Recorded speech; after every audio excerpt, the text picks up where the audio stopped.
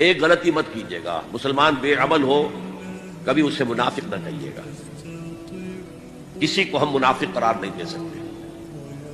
اس کی بے عملی یا بد عملی بھی اگنورنس کی وجہ سے ہو سکتی ہے، ایمان کے ذوف کی وجہ سے ہو سکتی ہے، ذوف ارادہ کا مریض ہو سکتا ہے کہ ایک شخص کچھ کام کرنا چاہتا ہے، ہمت نہیں ہے، نیورسکینیا ہے، اعصابی مریض ہے، جو بھی کچھ ہے منافق نہیں۔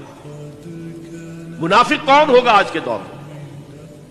جو اللہ کے دین کے غلبے کی کسی تحریک میں شامل ہو اور پھر جب ڈسپلن کے تقاضے آئے اور جب جان اور مال کے خرچ کرنے کے تقاضے آئے تو پیچھے ہٹنا شروع کرے، پھر وہ ارتداد۔